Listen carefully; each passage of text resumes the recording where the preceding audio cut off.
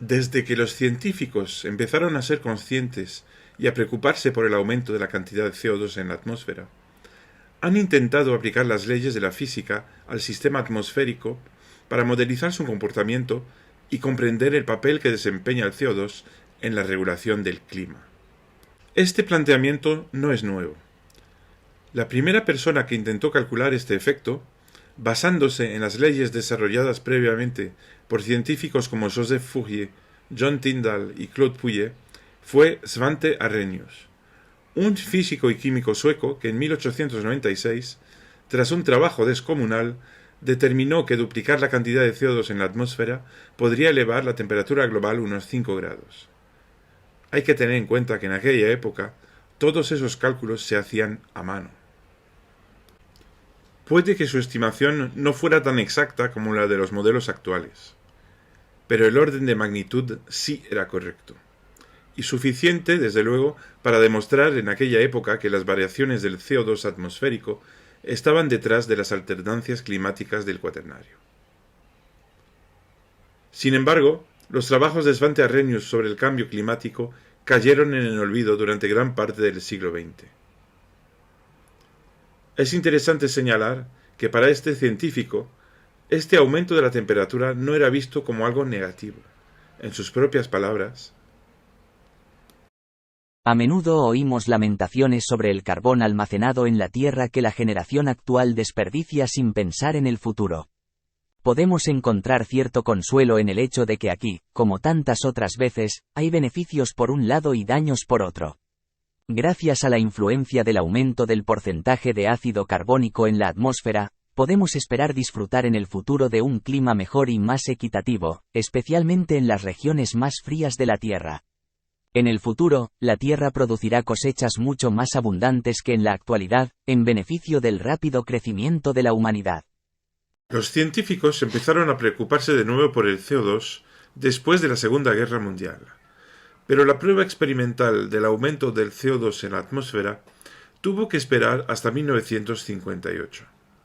Ese año, el Instituto Oceanográfico Scripps se propuso medir con precisión el contenido de CO2 de la atmósfera en el observatorio de Mauna Loa, en Hawái. Se eligió este lugar porque está situado a una distancia considerable de las principales fuentes de emisión de CO2, como la industria y la vegetación, lo que permite obtener mediciones bastante fiables de la composición media de la atmósfera. La precisión de las mediciones realizadas en este lugar permite distinguir dos tipos de variación del CO2 atmosférico. En primer lugar, se disciernen pequeños ciclos interanuales ligados a la alternancia de las estaciones en el hemisferio norte, lo que da una buena idea de la sensibilidad de estas mediciones. Sin embargo, a una escala de tiempo mucho más larga, es el constante aumento del CO2 en la atmósfera lo que llama poderosamente la atención. El CO2 solo se mide en Mauna Loa desde 1958 y, por supuesto, no existen mediciones de este gas en la época preindustrial.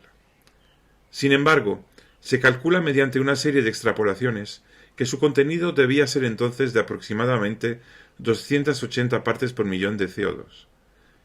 Este valor se ha mantenido más o menos estable durante los últimos 6.000 años. Desde entonces, la humanidad ha liberado en la atmósfera alrededor de 1,5 billones de toneladas de CO2. Creer, como pretenden algunos, que esto no influye en la temperatura global de la atmósfera es, sencillamente, una tomadura de pelo.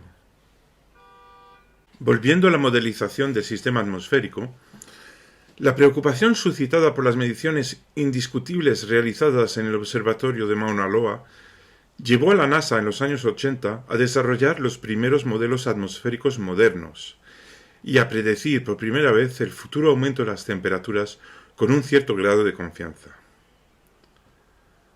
El 23 de junio de 1988, James Hansen, responsable de este proyecto en la NASA, declaró ante el Senado de Estados Unidos que el calentamiento global ya era una realidad bien establecida e indiscutible. Altogether, this evidence represents a very strong case, in my opinion, that the greenhouse effect has been detected and it is changing our climate now. El peligro del cambio climático era ya conocido por todos los departamentos del gobierno y por todas las grandes compañías petroleras y de gas. Algunas llegaron incluso a estudiar por su cuenta el fenómeno del calentamiento global, llegando a resultados muy similares a los obtenidos por la NASA. Nadie, absolutamente nadie, podía ignorar la realidad de estos hechos, que posteriormente fueron ocultados o tergiversados a sabiendas por estas empresas en uno de los ejercicios de negacionismo y de mentira sistemática más cínico de todos los tiempos. Alimentadas por un maná de dólares, esas campañas de negación nos han costado muchísimo tiempo y obligaron a los climatólogos a ser extremadamente cautos. Consecuencia de tanta cautela, los modelos desarrollados por los climatólogos han sido durante mucho tiempo relativamente optimistas, lo que ha llevado a las naciones a fijar objetivos que parecían entonces relativamente fáciles de alcanzar. Los límites de 1,5 y 2 grados de calentamiento a no superar, adoptados en las sucesivas conferencias sobre el clima, parecían lo suficientemente lejanos como para ser aceptados por todos. La vertiginosa aceleración del aumento de las temperaturas en las últimas décadas obliga ahora a los climatólogos a revisar sus modelos. Mientras las autoridades mundiales siguen aferradas al sueño de los 1,5 grados, los modelos más recientes son ya mucho menos optimistas. El modelo desarrollado por Météo France y los principales institutos franceses de climatología lo muestra muy claramente. La curva más optimista no baja de 2 grados de calentamiento a finales de este siglo. ¿Significa eso que este nuevo modelo es realmente más realista? El problema fundamental de todos los modelos no es tanto la forma en que realizan sus cálculos, sino más bien un problema de calibración. El contenido de CO2 de la atmósfera es actualmente algo superior a 420 partes por millón, y la temperatura media anual del planeta ha sido de 14,8 grados en 2023. Todos los modelos tendrán en cuenta este dato y calcularán entonces el aumento futuro de la temperatura a partir de este punto. ¿Sabemos, sin embargo, qué temperatura debería corresponder en la práctica a este nivel de 420 partes por millón? Aquí es donde se deberían utilizar los datos geológicos para calibrar correctamente los modelos desarrollados. Para ello, os invito a echar un vistazo a las curvas de CO2 y de temperatura media global que se han reconstruido a partir del estudio de los sedimentos marinos para los últimos 66 millones de años. El paralelismo de las curvas del CO2 y de la temperatura media global estimada confirma, una vez más, la estrecha relación que existe entre estas dos variables. Las variaciones de temperatura se explican principalmente por las variaciones en el contenido de CO2 de la atmósfera. Esto no significa que otros factores hayan podido influir, pero su importancia es menor a largo plazo. Si aceptamos la idea de que durante largos periodos de tiempo, de algunos siglos o milenios, la temperatura media global acaba equilibrándose con el contenido de CO2 de la atmósfera, la pregunta de cuál fue la temperatura media global la última vez que la atmósfera tuvo la misma composición de 420 partes por millón adquiere todo su sentido. La mayoría de los estudios indica que este nivel de CO2 fue el de la atmósfera durante el Plioceno, cuando la temperatura media global era unos 3 grados superior al de la época preindustrial. ¿Qué significa esto concretamente para nuestros modelos?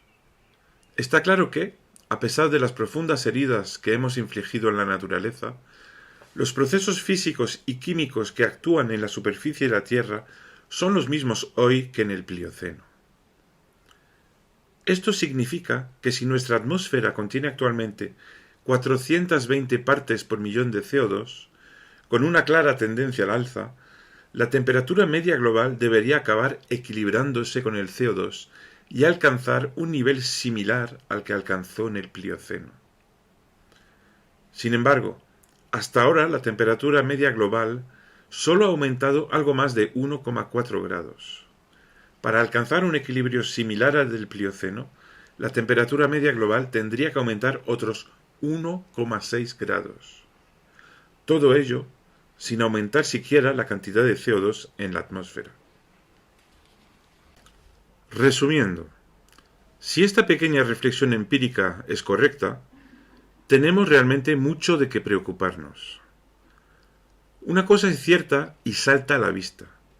Los límites de 1,5 y 2 grados a los que siguen aferrándose nuestras autoridades probablemente se superarán muy pronto.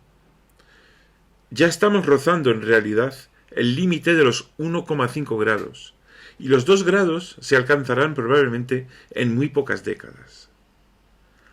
¿Y si empezáramos a ser un poco más realistas? ¿Y si, en lugar de creer lo que calculan los modelos, empezáramos a creer lo que nos dicen los sedimentos?